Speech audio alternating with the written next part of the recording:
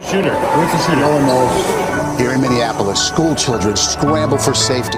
This time, it happened at a church where Catholic school students were celebrating Mass. The sheer cruelty and cowardice of firing into a church full of children is absolutely incomprehensible. John, this was both a church shooting and a school shooting involving dozens of Catholic school students celebrating the first Mass of the new school year. The FBI is investigating the attack as an act of domestic terrorism and a hate crime targeting Catholics. 2 children, 8 and 10 years old, are dead tonight. 17 people were wounded, most of them students, all expected to survive, however, thankfully.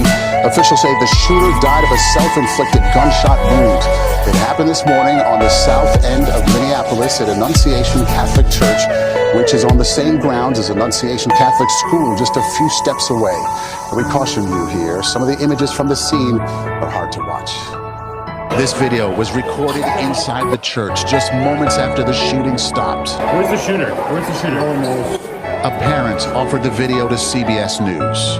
The shooter opened fire during morning Mass. The students and faculty sought safety in the school's gymnasium and comfort in prayer.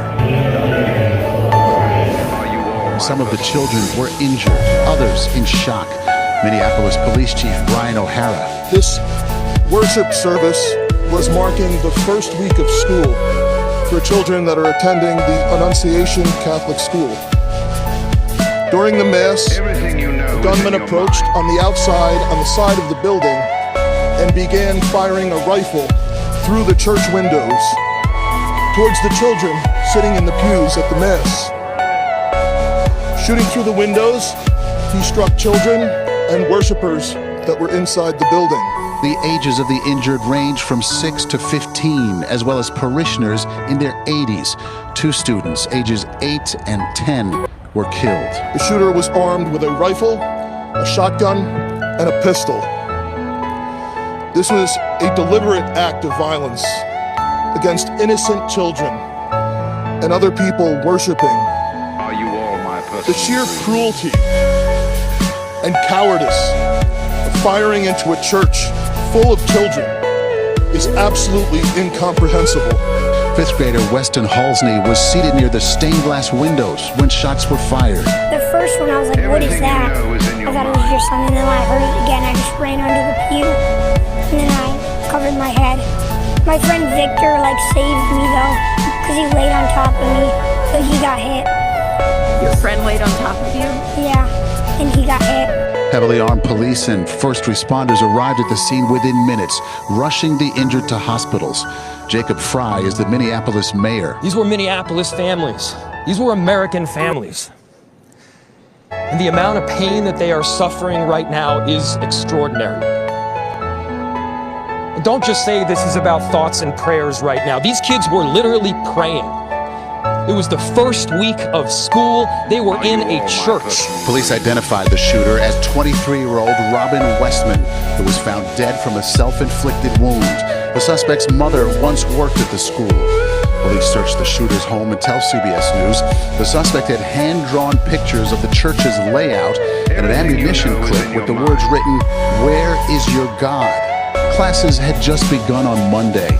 Nearly 400 students from preschool to 8th grade attend the Annunciation School, where, like so many Catholic schools across the country, children were dressed in uniform.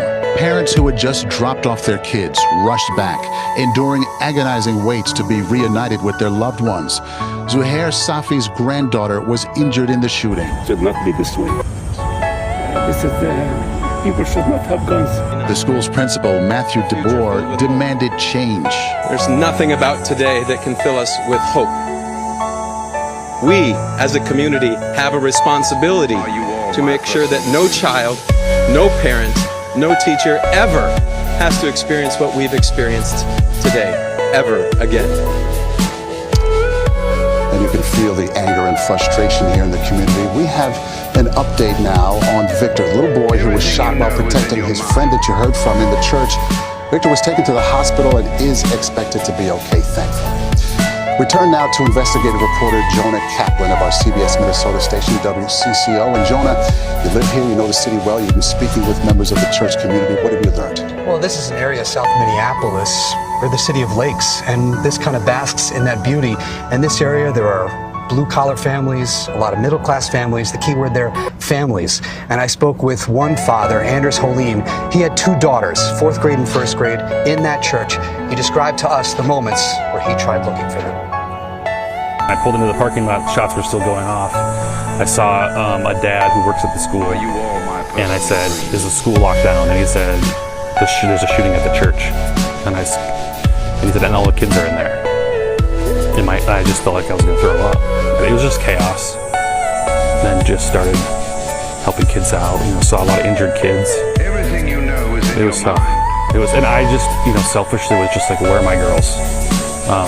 Where is June and Olive? That's all I could think about.